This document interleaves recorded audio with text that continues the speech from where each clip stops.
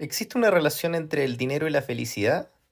¿Cómo afecta las emociones como el miedo, avaricia, envidia o incluso el positivismo al momento de hacer una inversión? ¿Cómo cambia la personalidad de una persona cuando tiene más o menos dinero? Estas son algunas de las preguntas que responde William Kroger en su libro La psicología del dinero, explicándolo con la pirámide de Maslow, citando economistas y con interesantes experimentos sociales. Así que te invito a escucharlo.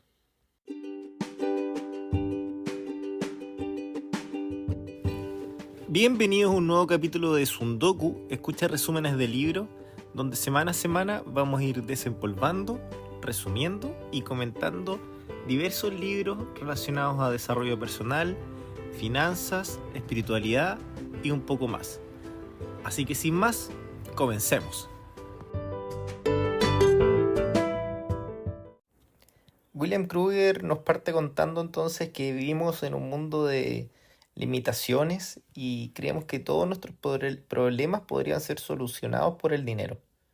Y a partir de ahí nace esta búsqueda o esta necesidad insaciable de comprar muchas veces cosas que no necesitamos, como por ejemplo gastos hormigas, exceso de suscripciones, impulsos que tenemos al momento de salir de la casa. ¿Y realmente existe una relación entre el dinero y la felicidad? Bueno, aquí el autor plantea que sí existe. A pesar de que una no es implicancia de la otra, sí que existe una relación. Y lo explica por medio de la pirámide de Maslow, que habla de necesidades más básicas a las más altas del ser humano. Por ejemplo, en la base de la pirámide están las bases fisiológicas: respiración, comida, descanso, sed, abrigo. Y aquí, de una u otra manera, exceptuando respiración, sí que necesitamos una mínima cantidad de recursos. O sea, el dinero como un medio para adquirir comida, para tener una cama para descansar, para tener agua para saciar la sed, un techo para el abrigo, etcétera. Luego, en el segundo nivel de la pirámide, tenemos asociados a seguridad. Tener el dinero para hacerte cargo de ti mismo, seguridad en el trabajo o seguros médicos, que también de una u otra manera necesitan un mínimo de capital. Luego, en el tercer nivel está la afiliación, que hace referencia al afecto, a la intimidad con otra persona, relaciones amorosas, en el fondo relaciones personales con terceros. Después está el reconocimiento, y en el reconocimiento está la estima personal y la estima social. En la estima personal está más asociada a autoconfianza, con tus estudios, por ejemplo, y logros personales, y la estima social está más asociada a fama o estatus que puedas llegar a adquirir. Y por último, en la parte más alta de la pirámide, encontrar sentido en la vida por medio de algo que te estimule y que te apasione, que sea tu misión de vida. Entonces vemos que en cada uno de estos pasos el dinero juega un rol, ya sea mayor o menor. Y mientras más bajo está el nivel de tu logro, más bajo es la satisfacción. Entonces no hay que subestimar el factor del dinero en la felicidad, pero también entender que no es la felicidad en sí mismo. Y es muy importante entenderlo de esa manera porque cuando estás en un camino de superación personal, probablemente se va a traducir de alguna u otra manera en más dinero, pero tiene que ser la consecuencia más que la meta en sí mismo. Porque si no, si es que tu meta es generar más dinero por el hecho de generarlo, te vuelves una persona avara y por lo tanto te alejas de la felicidad. Tu felicidad tiene que estar centrado en tu misión personal y en tu propio camino. No comparándote con el de al lado, que porque el otro fue a Miami o donde sea, o porque tiene mejor auto, o porque consiguió mejor empleo. Porque eso solo te va a llevar a tener envidia y en generar sentimientos que te alejan de la felicidad. Siempre habrá gente mejor que tú, entonces lo que tienes que hacer es compararte contigo mismo solamente. Y a veces es fácil decirlo, pero muchas veces probablemente te vas a ver envuelto en esos pensamientos y tienes que ser consciente que te tienes que alejar de ellos. Ahora bien, eso no quita que no puedas observar y aprender del que está mejor que tú, pero si caes en el por qué él sí y yo no, solo sembrarás frustración en tu corazón. Otra emoción de la que hay que alejarse es el pesimismo, porque eso finalmente te va a llevar a una actitud de víctima. Y una actitud de víctima siempre es negativa, porque es cómoda, te va a hacer quejarte de más, que te quejas de tu trabajo, y no, el autor plantea que en vez de quejarte por tu trabajo, agradece que tienes un trabajo. En vez de quejarte de los alimentos, agradece que tienes alimentos. En vez de quejarte de que algo no te resultó, pelea y lucha por eso, por tu futuro, porque alcances tus metas personales. Que te saques en el fondo las limitaciones mentales y tus malos hábitos. Que eso de creer que, por ejemplo, los ricos ya están instalados y no hay espacio para nuevos, es un pensamiento limitante. O esa actitud de aguantar la semana para que llegue el fin de semana, son cosas que no suman absolutamente nada en tu misión de vida. Como por ejemplo, llega el fin de semana, salgo de fiesta, aprovecho al máximo alcohol, drogas, qué sé yo, porque ya viene el lunes y viene la depresión. No, entonces estás mal enfocado. Tienes que disfrutar cada uno de tus días.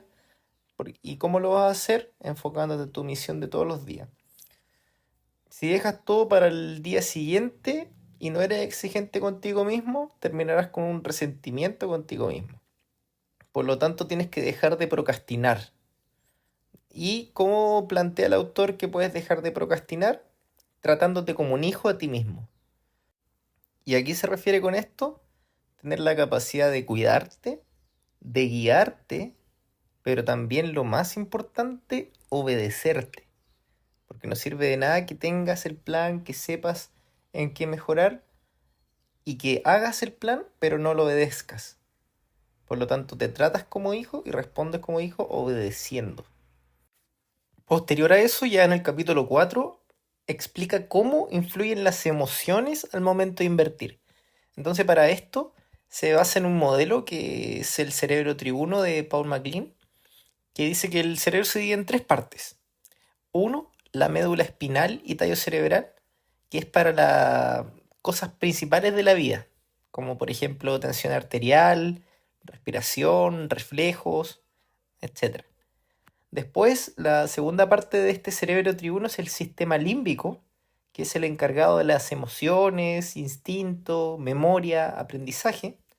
Y por último, la corteza cerebral, que es parte encargada de lo racional, donde tú haces tus estrategias, decisiones.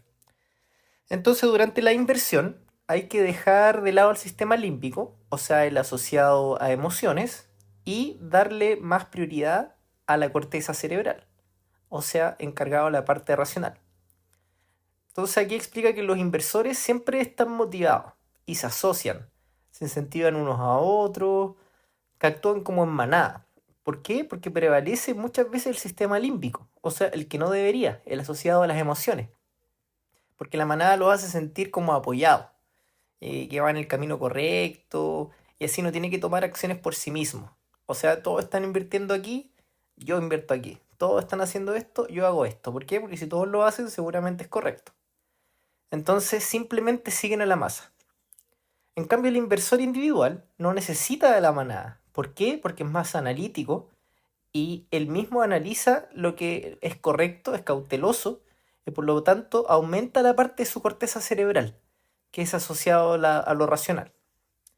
El sistema límbico siempre está activo, asociado a emociones, pero hay que controlarlo. O sea, yo siempre el momento de invertir o hacer algún movimiento financiero, sí que van a haber emociones, pero yo tengo que saber diferenciar qué parte de mi decisión es asociada a emoción y qué parte no. Y la parte emocional tengo que abstraerme de ella. Entonces para eso explica un caso del casino. Por ejemplo, cuando vas al casino y ves que vas ganando, cada vez vas más arriesgado. Por ejemplo, estás ahí en la ruleta rusa y llevas tres apuestas ganando, entonces dice la suerte está de mi lado, que es una cosa absolutamente irracional, y empiezas a apostar más. ¿Por qué? Porque la historia, la pequeña historia que llevas en el casino, avala tus decisiones y por lo tanto potencia tu confianza. Y al revés, cuando vas perdiendo, si llevas, por ejemplo, tres apuestas y no le apuntas a una, no acertas ninguna, entonces cada vez vas a querer apostar menos o dejar de apostar porque tus decisiones no están apoyadas por los resultados. Y lo mismo pasa en los negocios. Buenas inversiones haces que inviertas más y cuando haces malas inversiones haces que abandones. ¿Por qué? Porque desconfías de tus propias decisiones. Y eso también, de una u otra manera, son decisiones emocionales. Porque si tú estás seguro de lo que estás haciendo, deberías mantenerte. Entonces, cuando eres consciente de la psicología del dinero, manejas la frustración y tienes plan B, C, D, etcétera. ¿Qué otras emociones entonces nos pueden afectar en nuestra toma de decisiones para inversiones? Bueno, aquí el autor explica cinco. La primera es la envidia, porque al desear de manera rápida lo que otros quieren, o sea, hoy tienen tremendo auto o fue a las tremendas vacaciones, eso te vuelve ansioso. Entonces harás planes poco pensados con tal de obtener resultados rápidos y probablemente muy arriesgados, y eso en muchos casos te va a hacer perder dinero más que ganarlo. Otra emoción, el miedo. ¿Por qué? Porque el miedo te va a inmovilizar. No vas a saber si invertir o no invertir y ante la duda mejor no inviertes o inviertes demasiado poco o inviertes en bonos o en cosas sin riesgo. Entonces eso también es como el otro camino, el otro extremo que también es malo. La carencia afectiva, y esto lo vimos ahí en la tercera parte de la pirámide de Maslow, que también puede afectar en tus decisiones de inversión. ¿Por qué? Porque puedes comprar más de lo planificado, o sea, por tratar de suplementar esta falta, empiezas a comprar más cosas que no necesitas, falta de inteligencia emocional, o sea, actuar, no dejas actuar a tu parte racional. Otra, otra emoción, la avaricia, o sea, este afán de querer tener más dinero por tenerlo y no entenderlo como un medio, sino como un fin en sí mismo, puede tener las mismas consecuencias de la envidia. O sea, invertir de manera no planificada para obtener resultados rápidos, no contar con impulsos que te pueden incluso llevar a romper la ley y arrepentirte el resto de tu vida. Después la quinta emoción que explica es la euforia o positivismo, que puede ser un arma de doble filo porque está bien pensar positivo, pero tener esta como positivismo excesivo, casi religioso, no controlado, puede hacer que tomes decisiones sin sentido, casi pensando, no, esto sí o sí resulta, y no viendo los evidentes riesgos que puede tener una inversión, y por lo tanto te puede salir muy mal. Posteriormente, en el capítulo 5 habla del comportamiento humano y si es que es afectado o no por el dinero. Y aquí el autor plantea que sí, que el dinero condiciona tu forma de ser, porque el dinero de una u otra manera te permite acceder a mayor cantidad de servicios, como por ejemplo la educación, es lo que lleva de una u otra manera a pulir tu personalidad, tu autoestima. Y aquí cita a un estudio de Paul Pitt que hizo 6 descubrimientos sobre el poder adquisitivo. Entonces el primero es que quien tiene poder se cree merecedor del triunfo. Entonces cuenta un experimento social sobre un Monopoly, como una especie de Monopoly que estaban jugando, pero que habían algunos jugadores que podían tirar el dado una vez extra y además cada vez que daban la vuelta alrededor del Monopoly, los que han jugado saben las reglas que una vez que das la vuelta puedes acceder como a una especie de sueldo. Bueno, habían estos jugadores que podían tirar más veces los dados, además podían tener sueldos extra, o sea, doble sueldo. Entonces los jugadores, naturalmente que tenían esa ventaja, se volvían millonarios más rápido. Y curiosamente, en la interacción del juego, tendían a tener conductas mucho más dominantes. Y al finalizar el juego, Lo peor es que alardeaban de su éxito como si lo hubiesen logrado por sí mismos, a pesar de que ahí en el círculo y en el experimento todos sabían que ellos tenían esta ventaja, ellos aún así se sentían como merecedores de la victoria. Luego, el segundo descubrimiento es que quienes ganan menos dinero suelen ser más generosos. Entonces aquí habla de un experimento a un grupo de personas que se le da $10 a cada uno. Y cada uno de ellos tenía su trabajo que ganaban distintas cantidades de miles de dólares anuales. Y daban el resultado de que los que ganaban menos de $15.000 dieron 44% más que los que ganaban sobre $150.000. O sea, los que ganan menos normalmente tendían a ser más como empáticos con el resto y por lo tanto dar más. Luego el tercer descubrimiento es que quienes ganan menos dinero son más generosos a una mayor escala. Independiente de los valores brutos que una persona pueda donar, se hizo un estudio en Estados Unidos que los que ganaban entre 50 y $70.000 anuales donaban en promedio el 7,6% de su sueldo. Hasta $100.000 anuales, 4,2% y sobre 100.000, 2,8%. El cuarto descubrimiento es que los millonarios son más propensos a no respetar pasos peatonales, porque se hizo un experimento que se iba midiendo o se iba viendo según el costo del auto si eran más propensos a infringir o no la ley, o sea, de respetar pasos peatonales. En el fondo es porque piensan que su tiempo vale más que la del peatón, por ejemplo. El quinto descubrimiento, que el estado de pobreza deteriora habilidades cognitivas del ser humano.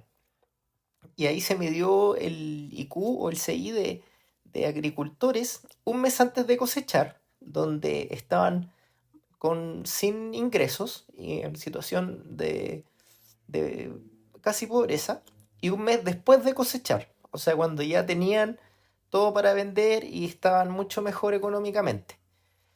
Y lo curioso es que el IQ o el CI empeoraba antes de cosechar y cuando no tenían dinero era 10 puntos menos que cuando sí tenían. Y esto se debe a problemas económicos, a que están pensando en necesidades más básicas, en vez de cosas más complejas y además estar más preocupados. Y por último, el sexto descubrimiento es que la clase alta sabe menos de expresiones faciales, porque se midió a personas de bajos ingresos y altos ingresos, y los de mayores ingresos tendían a ser menos capaces de leer expresiones en la cara. Entonces ahí concluye que el dinero sí cambia al ser humano y la idea es entender esto para que en la medida que tú, cuando avances en tu camino financiero, no empeores como persona. Ahí, a juicio personal, yo creo que tampoco hay que creer en la trampa de sentir orgullo por tener alguno de estos defectos. Ni intentar tampoco imitar los malos comportamientos, porque eso no te hará rico, simplemente te hará peor persona. Ya en el capítulo 6 habla de la psicología de los mercados financieros, donde parte explicando la teoría de la perspectiva de Daniel Kahneman, que es un premio Nobel de Economía y que tiene un libro muy famoso que se llama Pensar rápido, pensar despacio, que lo tendremos resumido en el podcast más adelante, pero ahí a grandes rasgos habla de que tenemos dos sistemas de pensamientos. El sistema uno sobre respuestas inconscientes y emocionales, que son rápidas, relacionadas a la supervivencia y atajos, y el sistema 2 que es más racional y conlleva a concentrarse. Entonces, cada uno de estos sistemas, al momento de hacer inversiones o tomar decisiones, también tiene sus sesgos. Por ejemplo, los sesgos emocionales asociados al sistema uno, como ya habíamos conversado, confianza excesiva, autocontrol, que podría llegar a tomar decisiones desde el positivismo excesivo sin considerar riesgo. Y el sesgo cognitivo, como administrar los recursos según su origen, por ejemplo, siendo cuidadoso con lo que inviertes que sale de tu sueldo, pero muy arriesgado con dinero ganado en un premio, por ejemplo, o en ganancias que ya tuviste. O, por ejemplo, también atribuir mala suerte a malas inversiones, pero buena estrategia a buenas inversiones. Ahí también hay sesgos. Lo correcto sería invertir de manera racional, independiente de cuál sea la fuente del dinero que tú estás invirtiendo, con la mejor estrategia posible, y nunca elegir y nunca atribuirlo a buena o mala suerte, sino siempre a tu estrategia de inversión, entendiendo que puede haber un riesgo cada una de ellas. Y ahí en el capítulo 7 después sigue con más o menos estas trampas psicológicas del dinero, pero más asociado, por ejemplo, a lo que se vio en crianza. Dice que también muchas de nuestras creencias que tenemos asociadas al dinero están muy relacionadas a cuando nosotros fuimos criados. ¿Por qué? Porque nos pueden haber enseñado doctrinas equivocadas, nuestros padres, con mucho amor, pero equivocadas, que finalmente, desde lo que nosotros observamos y aprendimos, nos convierte muchas veces en gastadores compulsivos o tacaños, que son dos extremos, pero que de una u otra manera están mal. Entonces también nos pueden haber generado creencias limitantes, como hablar de dinero es complicado, o haber escuchado, no, no tengo capital para iniciar un negocio, o el dinero está asociado a los corruptos y trae miseria, o hacer negocios no es ético y asociarlo a algo malo. Y esto naturalmente trae efectos y consecuencias. ¿Por qué? Porque te victimizas, culparás a otros, inventarás sólidas excusas para procrastinar, te vuelve de una u otra manera materialista, vacío emocional como con frustraciones, eres propenso a caer en negocios que prometen dinero fácil, malas inversiones porque no te involucras en conocimiento con el dinero y será muy escaso tu conocimiento. Entonces una buena manera de obligarse a empezar a tener buenos hábitos asociados al dinero es ahorrar pensando en que estás renunciando a hacer ahorrar cuando hagas un gasto. Por ejemplo, me voy a comprar tal cosa, pero pensarlo, ¿realmente lo necesito? Si es que en 3 meses ya no lo voy a necesitar, a lo mejor no tiene sentido realmente comprarlo. Y es plata que no estoy ahorrando y que además después de los años tiene sus ganancias y puedes hacer esa conversión si quieres. Por otro lado, si no eres ordenado con tus tarjetas, tanto de crédito o de débito, evita usarlas. A lo mejor anda más con efectivo para que tú puedas ir viendo cómo va disminuyendo tu dinero a lo largo del mes. Entonces ahí cuenta la historia de Ulises, que también la habíamos visto en Hábitos Atómicos, que es una historia escrita por Homero, que está en la Odisea, que en palabras simples él se ató al mástil para no ser tentado por el canto de las sirenas. Entonces, de una u otra manera, intenta hacer lo mismo. Oblígate a seguir tu plan por medio de tu hábito, a pesar de las tentaciones que hayan allá afuera. El dinero ayuda, pero no da la felicidad. El dinero no puede comprar todo, es solo un complemento, es un medio. No lo veas como plenitud en la felicidad. Esto te llevará a la avaricia y ya vimos cuáles son los contras de la avaricia. Entonces, concluyendo, ¿tengo que ser positivo? ¿Abrazar el positivismo? No. ¿Pero tengo que tener emociones positivas? Sí. Pero mis decisiones tienen que ser cognitivas y estratégicas. Y ahí ya pasamos al capítulo 8, que habla de la psicología de millonarios, que en el fondo te explica cómo actúan los ricos. Y la premisa que parte es que se es pobre no por cómo se vive, sino por cómo se piensa. Entonces hay que entender el éxito que depende de tu trabajo y de tu constancia, que ese es el primer paso. Pero no es suficiente, hay que enfocarse, porque si cambias el objetivo a cada rato, no lograrás nada. Hay que ser precavido, y no significa tener miedo, porque ya vimos las consecuencias negativas del miedo que te paraliza, pero sí entender los riesgos que hay en el camino. Y si hay demasiados riesgos y muy pocas recompensas, entonces mejor alejarse. Motívate, porque tú mismo debes encontrar tu impulso. Cuando no tengas ganas de hacer nada, ármate de fuerza para comenzar el día, porque la vida es del color que tú decides utilizar para pintarla. Genera buenos hábitos. Anota tus buenos hábitos y tus malos hábitos.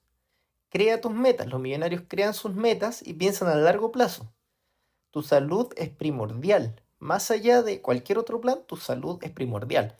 Por lo tanto, te cuidas, haces ejercicio, comes bien, vas a ser más propenso a contraer enfermedades si no lo haces.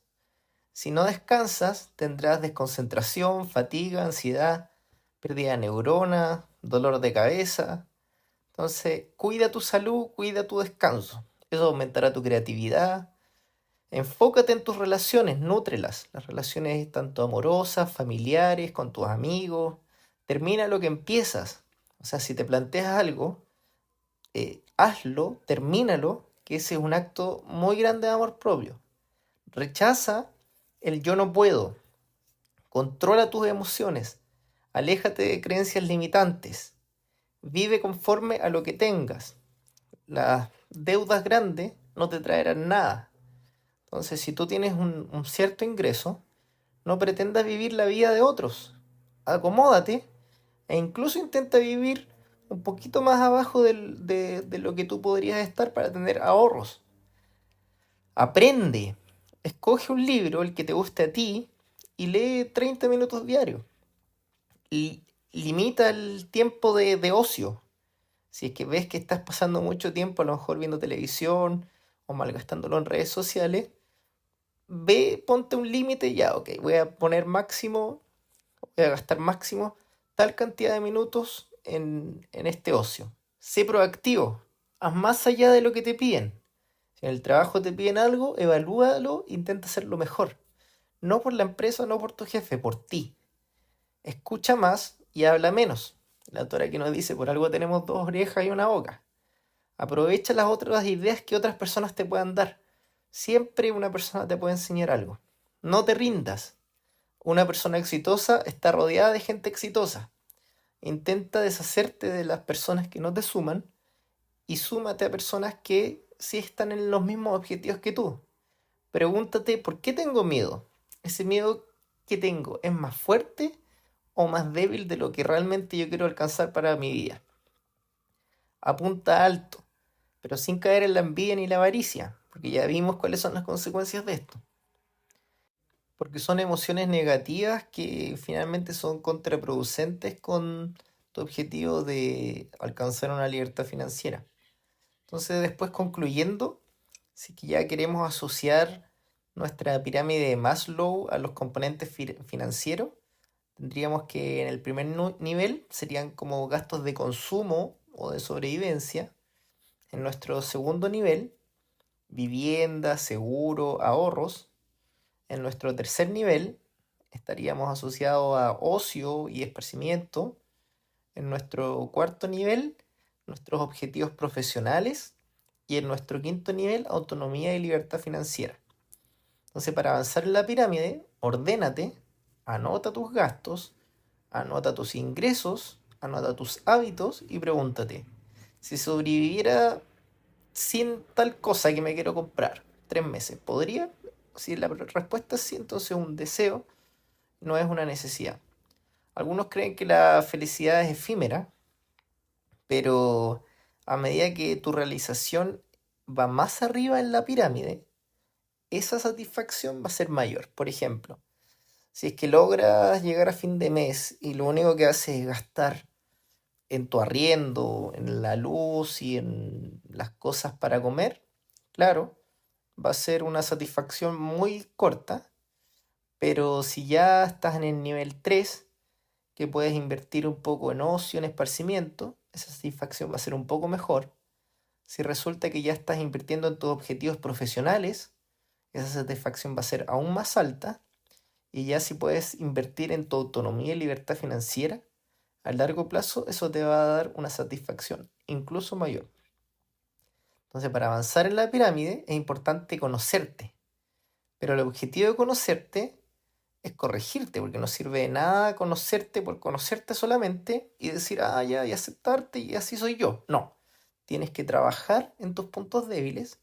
Por ejemplo, si eres impulsivo, trabaja en eso. Si tienes otro defecto, trabaja en eso para mejorarte. No te enfrasques en las creencias negativas en torno al dinero, sino en las positivas, expandiendo tus posibilidades, o vivir como sin necesidad de ser necesariamente millonario. Ahí va a depender de tus objetivos, pero libérate de tus excusas. Dale un significado al dinero que no sea la felicidad, sino una herramienta para alcanzarla. Y ahí el autor al final cita un poco a Matrix sobre la píldora roja y la píldora azul. Dice que si te quieres quedar en tu vida, en la píldora azul, y si quieres hacer los cambios que tú sabes que necesitas, es la píldora roja.